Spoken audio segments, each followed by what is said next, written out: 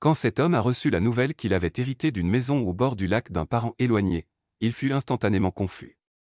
Elliot Rowe, un travailleur social de 34 ans, était chez lui en train de préparer le dîner lorsque le téléphone sonna. C'était le notaire de sa famille qui l'appelait avec un message surprenant. « Monsieur Rowe, pourriez-vous passer à mon bureau demain? Un héritage vous attend. » Il n'avait aucune idée de l'étrangeté de cet héritage. Mais ce n'est qu'en entrant dans le bureau que la véritable histoire commença à se dévoiler. Mais avant de commencer notre histoire, cliquez sur le bouton « J'aime », abonnez-vous, et activez la cloche des notifications pour ne manquer aucune nouvelle histoire. Elliot était très confus par cette remarque. Ses parents étaient toujours vivants, et il ne connaissait aucun autre parent récemment décédé. Avec une curiosité compréhensible, il quitta la maison le lendemain matin et conduisit jusqu'au bureau du notaire, situé de l'autre côté de la ville. Ce qu'il entendit là-bas ne fut pas seulement déroutant, mais carrément bizarre. C'était un samedi, donc le reste du personnel du cabinet n'était pas présent. Lorsqu'Elliot sonna, le notaire familial lui-même ouvrit et l'invita à entrer. « Bienvenue, Elliot. Je suppose que tu es assez confus. Je comprends, et je ne t'aurais pas fait venir un samedi si cet héritage n'était pas spécial, mais il l'est, déclara le notaire. Elliot prit place dans le bureau, et reçut la nouvelle la plus étrange de sa vie. Apparemment, un oncle éloigné nommé Walter Jonas lui avait laissé un héritage très spécial après son décès plus tôt ce mois-ci. Elliot n'avait jamais entendu ce nom, donc le fait qu'il reçoive quelque chose était une surprise totale, et ce qu'il reçut ajouta encore à sa confusion. Le notaire posa devant Elliot une vieille clé accompagnée d'une carte et d'une adresse écrite. « Ton oncle t'a laissé un grand manoir, et ce n'est pas une propriété ordinaire. Le manoir est une immense maison flottante située au milieu du lac Conamac. » Comme son oncle, Elliot n'avait jamais entendu parler de cet endroit, mais apparemment, il se trouve quelque part au centre du Connecticut. C'était tellement bizarre, et Elliot avait plein de questions qui tourbillonnaient dans sa tête. Malheureusement, le notaire ignora toutes ces questions. Il avait juste reçu une lettre lui demandant de contacter Elliot. Elliot n'eut plus le choix, il céda donc à l'idée d'explorer lui-même cet étrange héritage.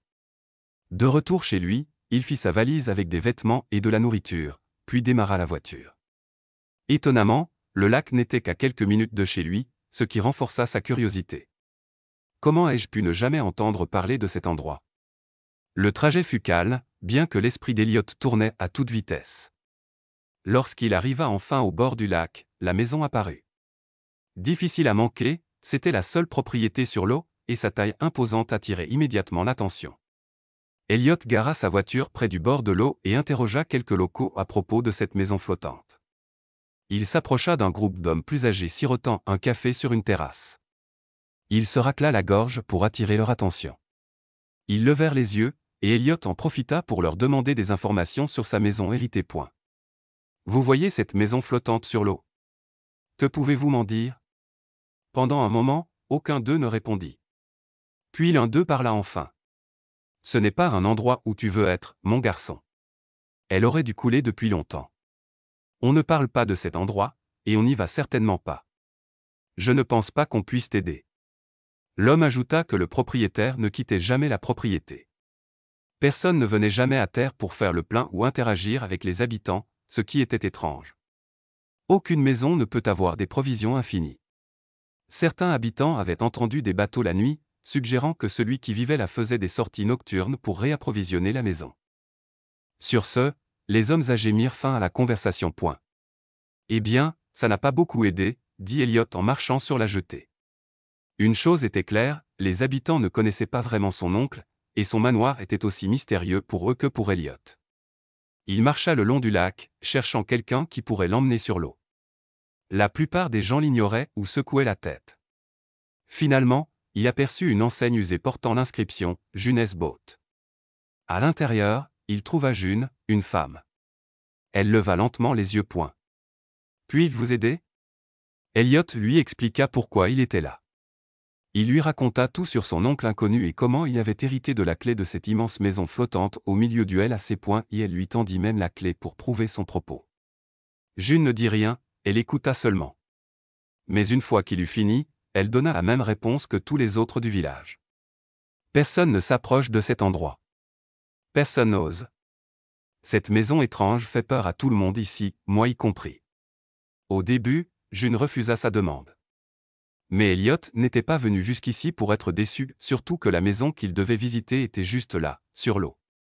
Alors il commença à supplier, à insister, et finalement, June céda.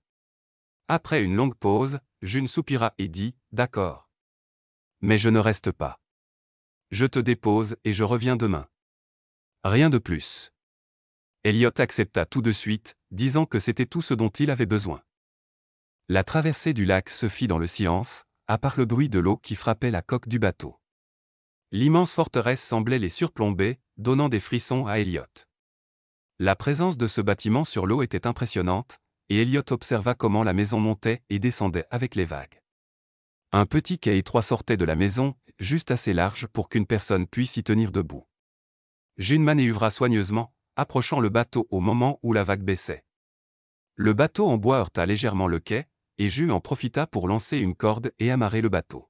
« Nous sommes arrivés », murmura-t-elle. Elliot descendit du bateau avec des jambes tremblantes, presque déséquilibré par le mouvement du quai. « Merci pour la traversée », dit-il en se retournant vers June, mais elle avait déjà disparu. Le bateau fit demi-tour sur l'eau, le moteur ronronnant. En quelques secondes, elle disparut dans le brouillard, le laissant complètement seul.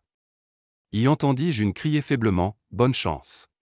À demain, j'espère. » Malgré ses nerfs, Elliot se retrouva devant le manoir. Après une profonde inspiration, il sortit la clé et la tourna dans la serrure. La porte grinça en s'ouvrant point, la poussière flottait dans l'air sombre alors qu'Elliot entrait dans le couloir. Bien que la maison soit abandonnée, elle avait un charme étrange. De grandes fenêtres se dressaient derrière de lourds rideaux. En avançant, des portraits bordaient le couloir. L'un d'eux attira particulièrement son attention, un homme au bord du lac, la maison flottante derrière lui et elle avait un air étrangement familier. Elliot se pencha point et la plaque indiquait « Walter Jonas ». Son oncle. Le couloir s'ouvrait sur plusieurs pièces. Dans la bibliothèque, les murs étaient remplis de livres, beaucoup marqués de symboles scientifiques étranges. Dans un bureau donnant sur le lac, un télescope pointait vers l'horizon. Le bureau était enseveli sous des carnets, des journaux météorologiques, des entrées datées, et des décennies d'observations méticuleuses. Les notes les plus récentes dataient du mois dernier. Que suivait-il ? Murmura Elliot. À l'étage, il entra dans une chambre remplie d'horloges arrêtées, chacune bloquée à une heure différente. Sur la commode reposait un médaillon avec la photo d'un bébé à l'intérieur, et le nom, Roe, gravé à côté. Son nom de famille. M'observait-il ? Moi ? Ma famille. La révélation le frappa de plein fouet.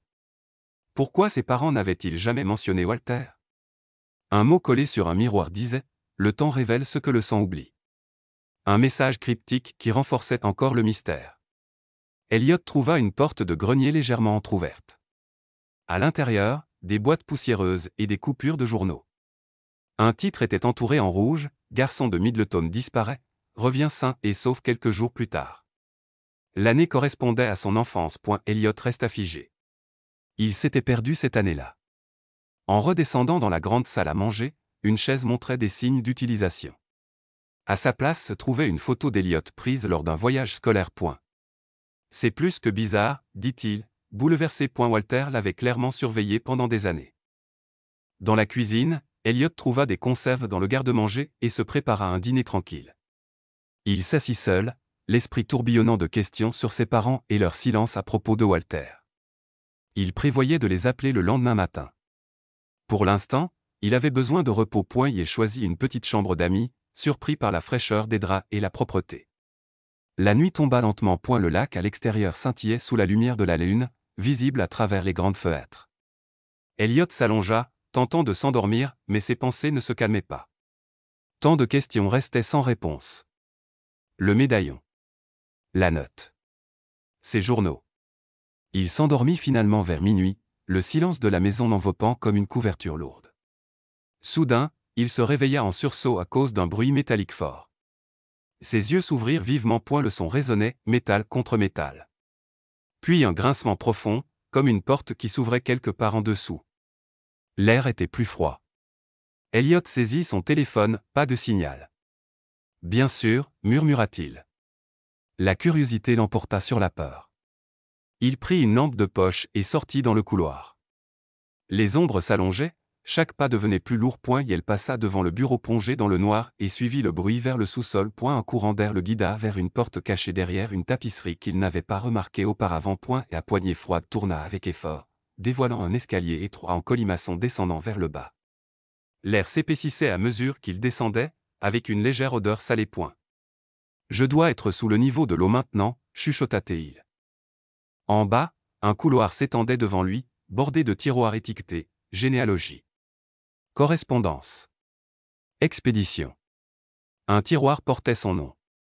À l'intérieur, des lettres non envoyées adressées au père d'Eliott. J'aurais aimé que tu répondes, disait l'une d'elles. Son oncle avait essayé de le contacter, pas de disparaître. Au bout du couloir, une grande porte métallique portait l'inscription « Yeux autorisés seulement, Archives Jonas ». Eliott tourna la roue, le métal grinça jusqu'à ce qu'un clic se fasse entendre.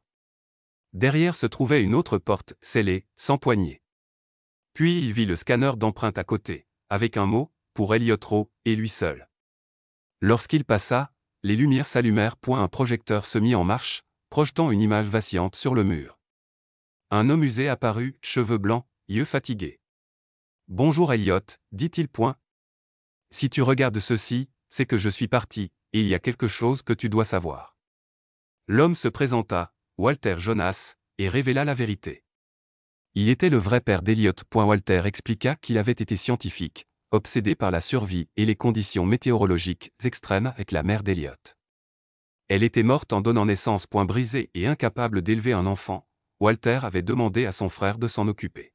« Je craignais de te gâcher, dit-il. » Les jambes d'Eliott fléchirent. Il s'assit sur un banc, le cœur battant. Toute sa vie avait été façonnée par une vérité qu'il ne connaissait pas. Walter continua, la voix brisée. Je t'ai toujours surveillé. Pas parce que je ne me souciais pas de toi, mais parce que je ne me faisais pas confiance. Il avait construit le manoir avec la mère d'Eliott, croyant que le lac Conamac était le refuge parfait contre les catastrophes. Après sa mort, ce lieu était devenu son sanctuaire. Je suis devenu le fantôme que les habitants craignaient, dit Walter. Mais je t'ai vu grandir.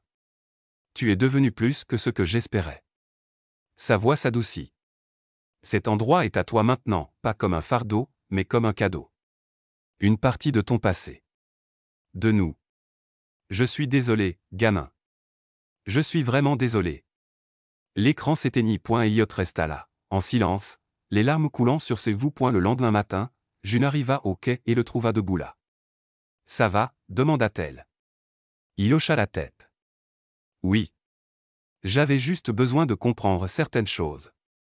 De retour chez lui, il raconta tout à ses parents. Ils écoutèrent en silence, le visage empli d'amour et de culpabilité. Il les serra dans ses bras. Merci.